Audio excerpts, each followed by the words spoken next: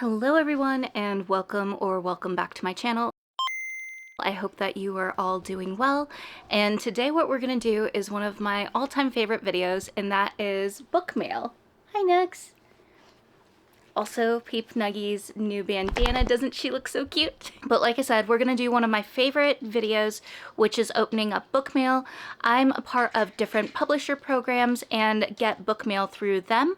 And as always, if you're ever curious how I go and get these books, I do have a video where I went and kind of talked about my experience and what I've learned. So you can go and refer to that up there, or you can also leave comments down below asking questions. There is no gatekeeping here. I am always more than happy to go and share my experience and the things that I've learned.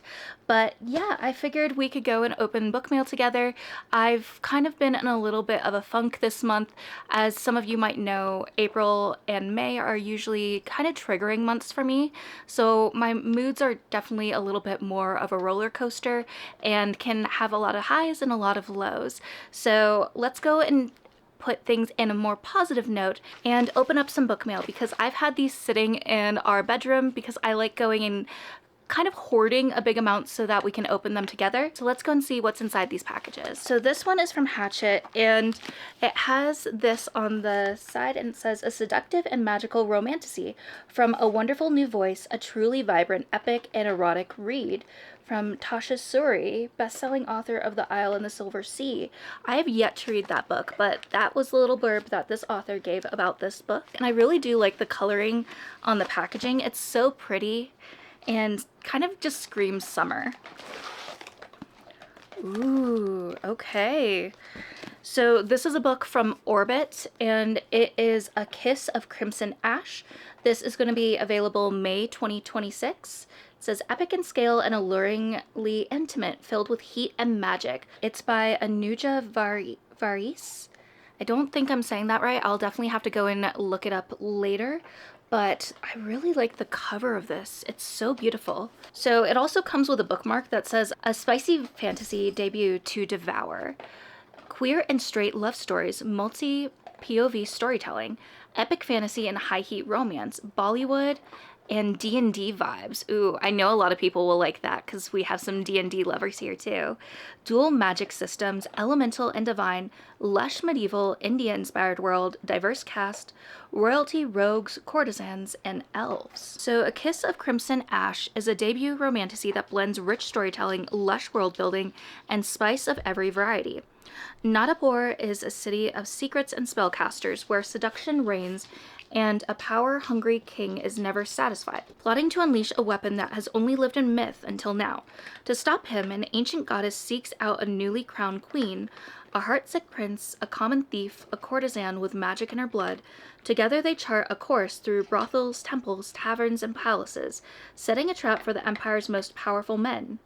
Linked by desire, destiny, and a dangerous foe, they each must decide, what will they risk for a love worth dying for? Ooh, I'm excited. I haven't heard anyone talk about this book, and I really do need to kind of pick up more romantasy books, specifically for a romantasy bingo that I'm doing. So I've been in desperate need of more romantasy books to pick from, and I can't wait to go and check this one out. It's a decently sized book too. Also, I have Cicero laying on my lap right now. All right, let's open up this next package. Ooh, okay. So this is so cool. I just opened up this package, and it is from Wednesday Books, and this is Deathly Fates by Tasia Tsai. And it says, bound by death, marked by love. But it also came with some tea as well. And if you don't know, I am a huge tea drinker, so I'm excited for this. It says faded ginseng peach tea. Ooh, peach is definitely good, and especially with like it being spring and also, you know, just getting warmer with the summer vibes, this could be very refreshing. I'm curious if it would be better as a hot tea or as a cold tea. But it's caffeinated black tea, has honey. I can't read what that next one is, but it's basically Siberian ginseng root, peach pieces, and then natural ginseng extract and natural peach extract. I'm sure this smells heavenly. Ooh, we have some character art. So this must be, ooh, I can't tell if they're both the female main character, but they're really pretty. Bring that up there. I really like this one. This one is stunning. So this says, love fated to leave a mark. As a priest is paid to guide the deceased home, Kang Si-ying has never feared death. However, when her beloved father collapses, Si-ying realizes that even she is not free from the cruel grasp of mortality. Desperate to provide her father with the medical aid he needs, Si-ying accepts a dangerous job that promises a generous commission and travels to a hostile state to retrieve the corpse of a missing prince. Ooh. And then we should look at this. So it looks like we do have this design on the cover. I'm really intrigued, especially by the fact that we have a skeleton hand here. And then on the inside, I love this. That is so pretty. Wonder if those are supposed to be like cherry blossoms. But apparently, from what I'm reading, this is a finished copy and it's a fantasy debut novel. So we're definitely getting a lot of debut novels in this little book mail pile. I feel like this one could potentially get me really emotional because I'm very close to my dad, and I feel like whenever there's a story that has a main character that's close to her dad or her grandma, I always end up crying 90% of the time. Next package. This next one is from Atria, and this is Julie Chan is Dead by Lian Zhang. And I have been really wanting to read this one. I feel like I've heard a lot of people talk about this book. It was kind of viral for a period of time. And when I saw this one as an option through Atria, I was like, you know what, let's go and try it. So it says, Julie Chan has nothing. Her twin sister has everything except a pulse. Julie Chan, a supermarket cashier barely scraping by, is suddenly thrust into the glamorous world of her estranged twin sister, influencer Chloe Van Housen, when she receives a haunting telephone call from Chloe just moments before her death. But when Julie discovers Chloe's body, she doesn't call the police.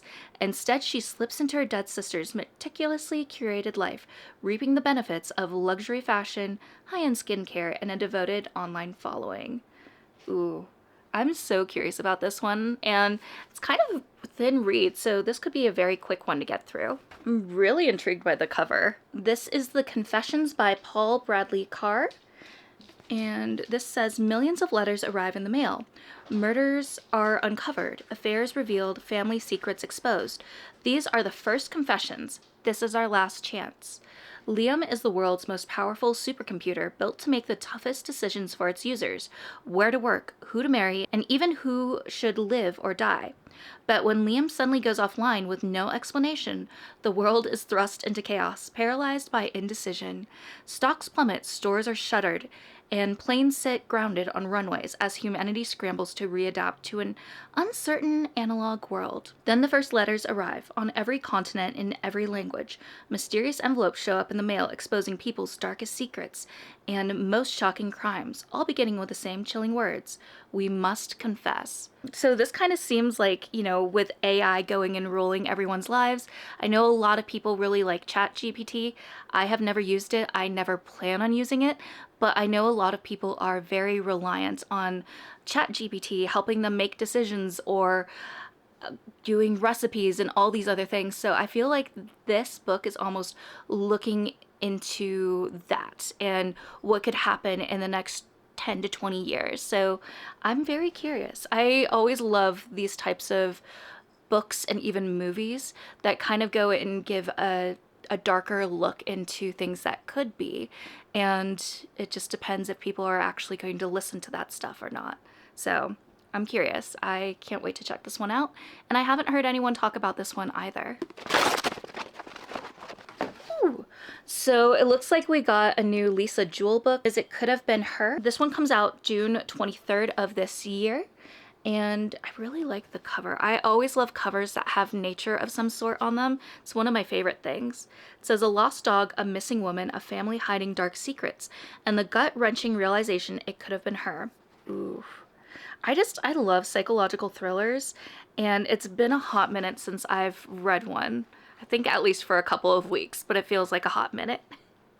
Okay, so Jane Trevally is walking her dogs on her country estate one May afternoon when a small white dog appears. The teenage girl who had been staying nearby with the dog is nowhere to be found, and Jane decides to return it to his registered owner, hours away in London, in the deepest backwaters of Hampstead. But when Jane arrives, she is immediately unsettled because she has a dark history with this house. The man who answers the door tells her the dog Hugo must have been stolen from the heath, but Jane very much doubts that is true. Through the window she catches a glimpse of a haunted-looking woman, not the missing girl she'd hoped to find. Ooh, I'm excited. I'm also seeing that like the text is rather big in this book, so that would make it really easy to go and fly by. I just feel like sometimes when you read books that have really tiny font, sometimes it feels like it takes forever to even get to the next chapter. So these words are decently big and I feel like I'll just be flying through this book. Then we have A River Red with Blood, and this is by John Connolly, and this comes out May 5th. Two intertwined disappearances leave a rural community in shock. In a darkly brilliant thriller set in Maine's rural Kennebec River Valley, the body of a young runaway from a troubled teen school has been found. In the water, seemingly drowned, while a teenage girl has gone missing, believed dead. Now it is up to one man, private investigator Charlie Parker, to find the connection and bring two evils, one new and one ancient, to an end. This will be a lot of fun. I always love rural setting books. Maybe it's because I grew up in a small town, but I just always find those stories especially fascinating, especially now that I've lived in bigger cities for over 8 years. It's always fascinating to see and like reflect back on like those mindsets that I grew up around. Okay, next we have Spellstruck by Martha Waters, and this one comes out September 29th. This is also an Atria book. I do get a lot of books from Atria and I'm always eternally grateful for that.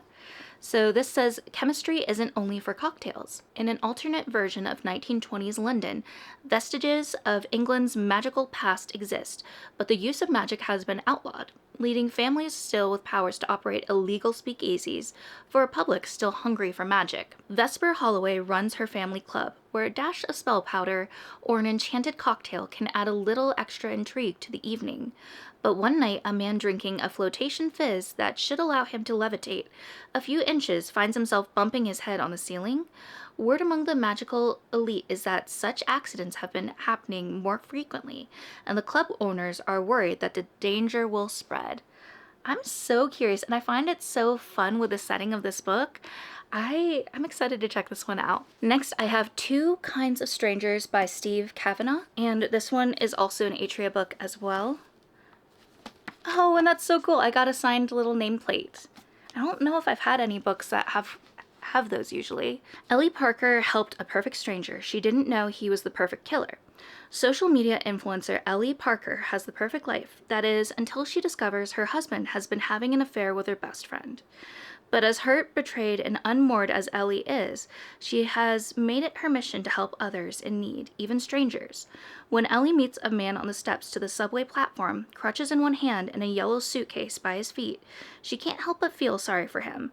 Just as he planned. Oh no.